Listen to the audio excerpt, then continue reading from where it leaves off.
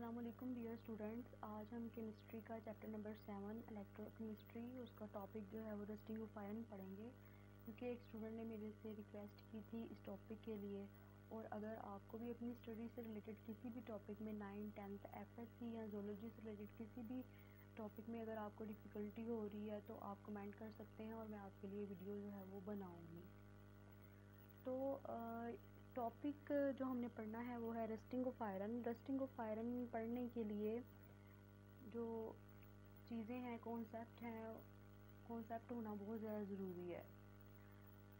तो already oxidation और reduction के बारे में इस चैप्टर में एक्सप्लेन किया गया है, लेकिन रिमाइंड करवाने के लिए मैंने यहाँ पे डेफिनेशंस लिखी हैं कि ऑक्सीडेशन क्या है, रिडक्शन क्या है, और कुछ टर्मिनोलॉजीज़ हैं जो इस टॉपिक में यूज़ हुई हैं, उनका क्या मतलब है। तो oxidation is loss of electron by an atom और आयन, या हम ये भी कह सकते हैं कि रिमूवल ऑफ हाइड्रोजन, या हम ये भी कह सकते हैं कि एडिशन ऑफ ऑक्सीजन।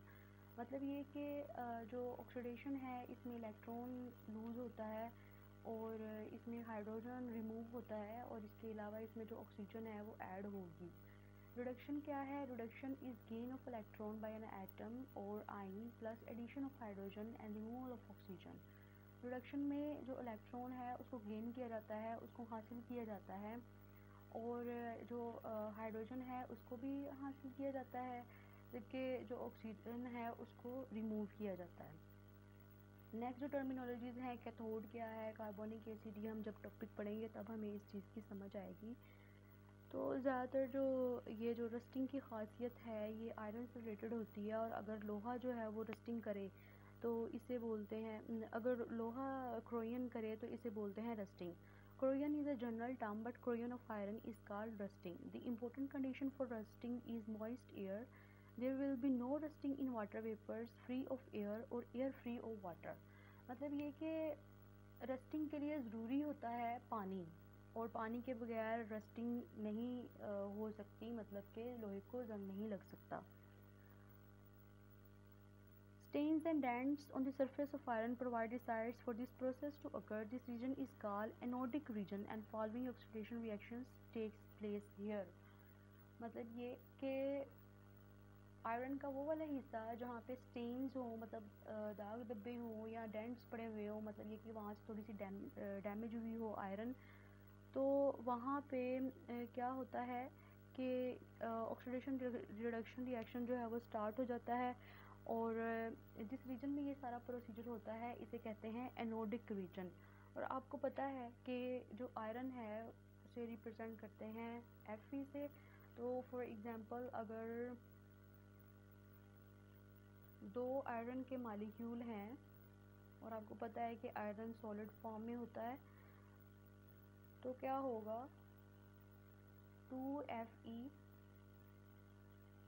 पॉजिटिव 2 में कन्वर्ट हो जाएगा और इलेक्ट्रॉन्स 4 इलेक्ट्रॉन्स रिमूव हो जाएंगे। तो ये जो प्रोसीजर होगा, इस प्रोसीजर को बोलेंगे कि ये ऑक्सीडेशन हो रही है।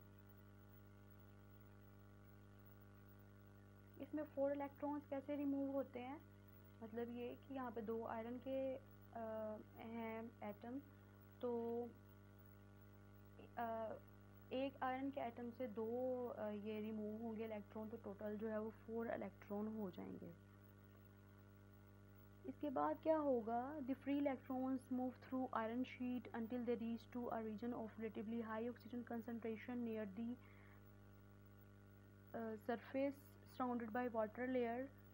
This region act as cathode and electron reduce the oxygen molecule in the presence of H positive ion. अब क्या होगा, फॉर एग्जांपल ये कोई भी पीस है आयरन का, तो यहाँ पे डेंट पड़ा है, मतलब यहाँ से थोड़ा सा डैमेज है, तो क्या होगा कि जो आयरन के मॉलिक्यूल हैं ये क्या करेंगे, ये रिलीज़ कर देंगे इलेक्ट्रॉन को। अब ये इलेक्ट्रॉन उस पार्ट पे जाएंगे, आयरन के उस पार्ट पे जाएंगे जहाँ पे वाटर मौजूद होगा, ऑक्सीजन मौजूद होगी और इसके अलावा वाटर मौजूद होगा। तो वहाँ पे जाके ये क्या करेंगे कि ऑक्सीजन कंबाइन होगी H पॉजिटिव के साथ और उसके नतीजे में बन जाएगा वाटर।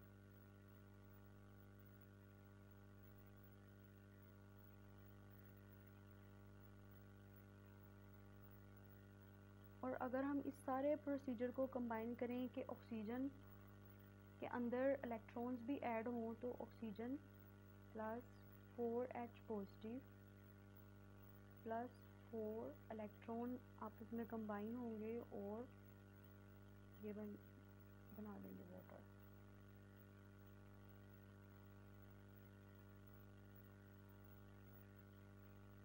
अब ये है कि ये जो यहाँ पे H पॉजिटिव है ये कहाँ से आया। ऑक्सीजन तो आपको पता है कि प्रेजेंट होती है एयर के अंदर, लेकिन यहाँ पे जो H पॉजिटिव है वो कहाँ से आया। तो ये जो H पॉजिटिव है ये कार्बोनिक एसिड से आता है। कार्बोनिक एसिड कैसे बनता है। कार्बोनिक एसिड वाटर में मौजूद कार्बन डाइऑक्साइड से बनता है और जो एसिड होता है ये एक्सेलरेट करता है रस्टिंग के प्रोसीजर को। मतलब ये कि जितना कार्बोनिक एसिड ज़्यादा होगा आयरन के ऊपर उतनी ही ज़्यादा रस्टिंग होगी। इसका मतलब ये है कि कार्बन डाइऑक्साइड जितनी पानी में ज़्यादा होगी तो उतनी ही ज़्यादा रस्टिंग होगी। फिर क्या होता है कि आयरन जो है वो वाटर के साथ रिएक्ट करता है, ऑक्सीजन के साथ रिएक्ट करता है और उसके नतीजे में आयरन ऑक्साइड बना देता है जो कि हाइड्रेटेड फॉर्म में होता है। अगर हम इस इक्वेशन को ओवरऑल फॉर्म में लिखना चाहें तो इस तरीके से लिखेंगे 2Fe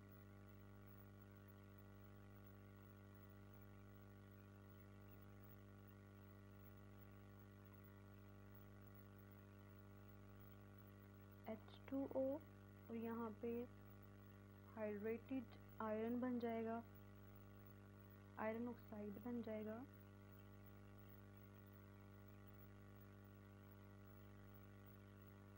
साथ में 4H पॉजिटिव रिलीज हो जाएंगे। और ये जो प्रोसीजर है ये रुकता नहीं है और ये चलता ही रहता है, क्योंकि जो रस्टिंग होती है वो पोरस टाइप होती है, तो इस वजह से जो पोरस सरफेस है वो रस्टिंग को रोकती नहीं है और रस्टिंग होती रहती है।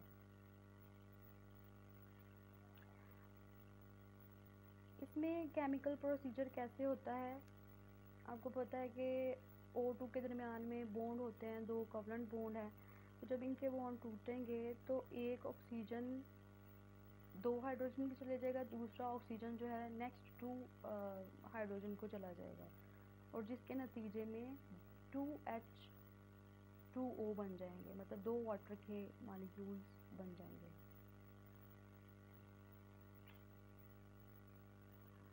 नेक्स्ट, अगर प्रिवेंशन करनी हो रस्टिंग की तो हम कैसे कर सकते हैं, रिमूव कर सकते हैं स्टेन्स को जहाँ पे क्रोयन हुई हो और इससे हम रस्टिंग को प्रिवेंट कर सकते हैं। इसके अलावा ये है कि पेंट्स कर सकते हैं या हम ग्रीसिंग वगैरह कर सकते हैं जिसके नतीजे में इस चीज़ को रोका जा सकता है। और कुछ तो अब इस तरह के पेंट्स आ चुके हैं जिसके अंदर केमिकल्स होते हैं जो कि स्टेबलाइजर्स के तौर पे काम आते हैं और ये क्रोयन को प्रिवेंट करते हैं। Thank you for watching my lecture.